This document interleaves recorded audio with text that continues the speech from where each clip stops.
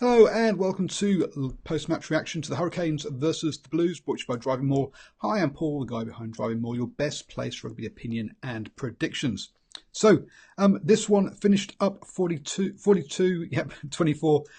to the Hurricanes.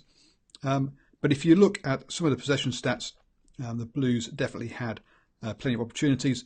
Overall, 61% of possession and 62% of territory. They had the opportunities, but they couldn't finish them off, whereas the Hurricanes were much more clinical. And we saw that early on. It took a while for some of the players to get used to the wind. It was pretty windy down there. Evening, Christian. We saw it early on with the TJ kick, which didn't go far enough. Blues recovered it when the Hurricanes were trying to exit from the kickoff, and which meant that the Blues got a period of pressure in that first 5 minutes. Ended up with a penalty, and they kicked the points to go 3-0 up, rather than going for the lineouts. And with the lineouts, both sides struggled today, with the Hurricanes winning 8 of 12, so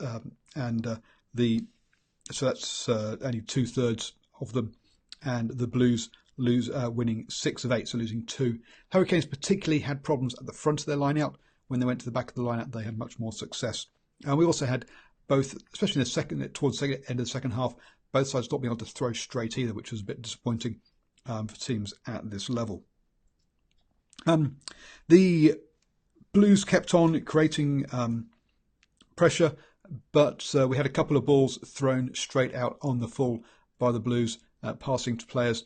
They clearly had a plan tonight to be able to pass over the top of the incoming defenders, try and get the player out wide, and it really didn't work. So passes when it went into touch, and in the second half as well, we ended up with a Milner Scudder intercept, which basically killed off the game for the Blues. So yeah, that tactic really didn't work tonight. Perifetta also had a bit of a mixed night. He had a couple of breaks.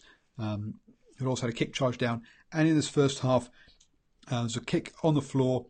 He rushed in to try and pick it up under no real pressure, knocked it on to give the Hurricanes a scrum just outside the 22, I think it was, or just around the 22 anyway.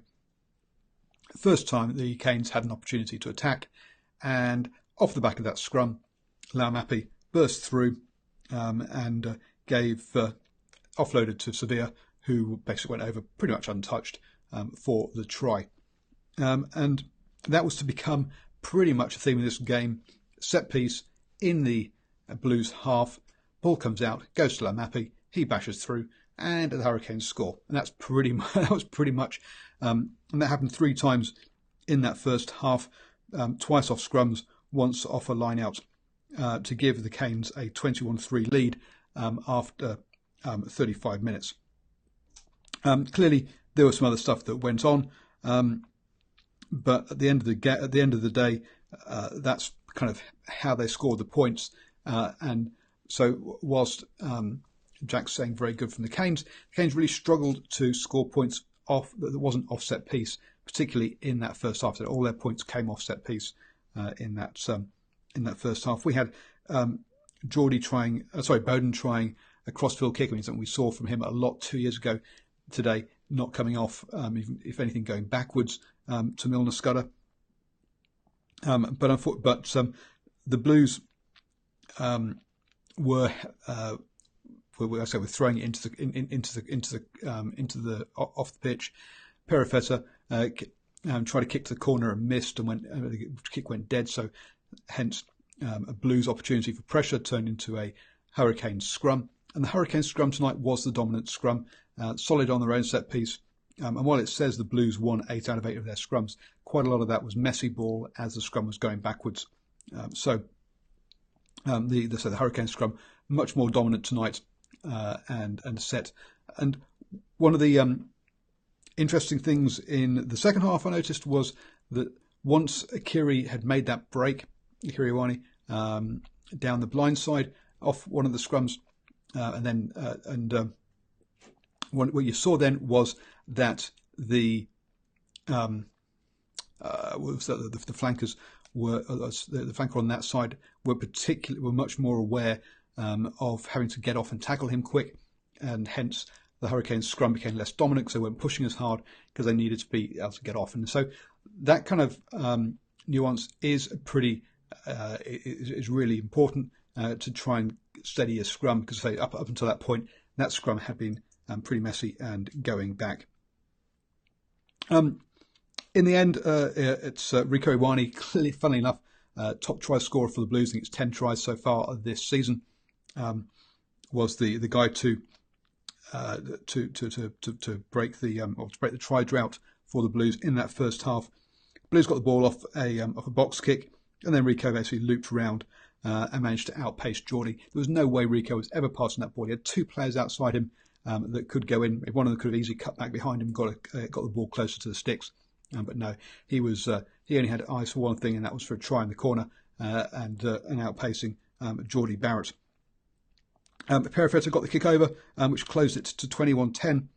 And Perifetta also made a late break, but couldn't link up with anybody. And that really summed up that Blues in that first half. They had the ball, they had the breaks, but they turned over the ball.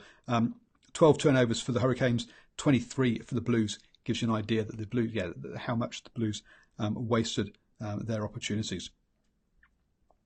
In the second half, the Blues again had the pressure. This time they came away with a try again. Rieko Ioane looping around and outpacing players to go in, but there were a number of players who could have scored at that time, and that narrowed it down to a one-score game until Perifetta got charged down by Julian Sevilla, which led to a 5-metre scrum. And as you can imagine, what happens? Bowden Barrett scores a try off again another dominant scrum. Jack talking about the crowd not being very good tonight. It was 11k there tonight. It's just too big a stadium for Super Rugby. Really, the stadiums in Auckland, in Wellington, are only big enough. Really only get full for All Blacks tests.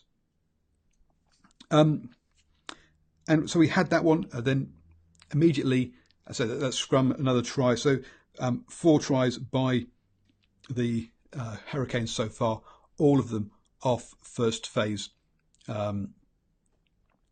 play, and then Julian Sevilla on the restart dropped some at the kickoff, giving the Blues opportunity. This was Rieko Ioane made a break from the base of the scrum, and the Blues eventually got through. Unfortunately, Pulu at that point couldn't hold on to it. He had an OP, he walked in untouched, but he dropped the ball. So that was one that got totally that got butchered. The Blues did, though, manage to score a few minutes later. Quite who scored? Well, we think it was Rieko Ioane. The ball was on the line, a whole pile of bodies. Anyone's guess, really. So pressure did eventually tell, but they did butcher some opportunities there. As I say, after that, so that closed it down to 28-24, 65 minutes, so 15 minutes to go, a 4-point game, and there really was an opportunity there for the Blues to kick on, but they didn't. They tried that ball over the top again. Neiman got it intercepted, and it was basically game over. From that, they got a penalty, kicked down to line out. Rather than do the line out maul, it came out. Fun enough, crash ball again. Laumapi with some other people gets forced over, and again, it was another try off first phase set piece. So 5 out of their 6 tries tonight off first phase set piece. There was a late one. Blues line out. Bowden Barrett, lovely intercept, great skills to take the ball, and then do a reverse behind the back pass to Laumapi, who cleared away, who ran away and scored his 4th try. But you got to so yes, great game, great win for the Canes. Got them back into contention, which is what they needed and they needed the 5 points. Fine Name says, is it just him, or is Julius Fair way off form? The guy looks really confident at times. Yeah, and Julian's clearly not the player he was a few years ago, which is why the All Blacks have been happy for his contract to get ended early and let him go overseas. And yeah, he isn't quite the barnstorming player he was. He's still clearly making a lot of effort and trying a lot, but just seems to have either the pace or the power or something just isn't quite there anymore. I think Canes rely heavily on Barrett at 10. When he doesn't play, the Canes are a bit clueless. I'm not sure if maybe clueless is a little bit harsh, but yes, the Canes, like some other teams as well, who rely heavily on their players. I mean, the Highlanders are a totally different side when you take Aaron Smith and Ben Smith out of them as well. And if you look at their best players, when you've got Aaron Smith, Ben Smith, Sopawanga or Naholo, basically they're All Blacks combining. So yeah, if you're gonna the step down from Beauden Barrett to West is a massive step down. Ihair West is not a Super Rugby class starting fly half. Let's be honest, and as I've seen plenty of at the Blues. So yes, it's to me there is a big drop off from Beauden Barrett down to the next person, and they do need Beauden Barrett. Was his play perfect tonight? No, a few questionable things. Crossfield kick, for example, but he's one of those players that, as we saw with the intercept towards the end, he can suddenly spark to life and create things. So big thing about them. Next weekend is a massive weekend, as obviously the Chiefs will be hosting the Hurricanes. The Chiefs are now 5 points behind the Hurricanes, and so they'll need a bonus point win, and for the Hurricanes to get nothing to get on equal points. I'm not sure what the tiebreakers are after that, but the commentators were definitely suggesting that if the Chiefs got a 5 point win next weekend, they could climb above the Hurricanes to get a home quarter final. But as I say, I'd have to. I'm not sure what the tiebreakers are to get once they're both on the same number of points. But next weekend, that is got to be game of the round. I'm not sure what the other games, but clearly that battle for fourth, fifth between those two is going to be key.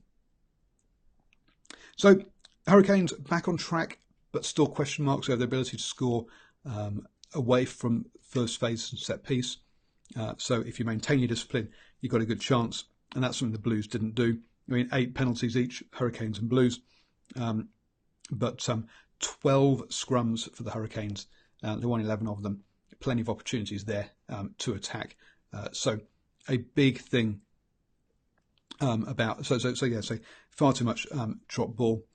Fine name. I'm from Scotland, guys, and absolutely love your channels and your analysis on things. Keep up the good work. Thank you so much for that. Very nice to hear you're enjoying it and the post game reactions.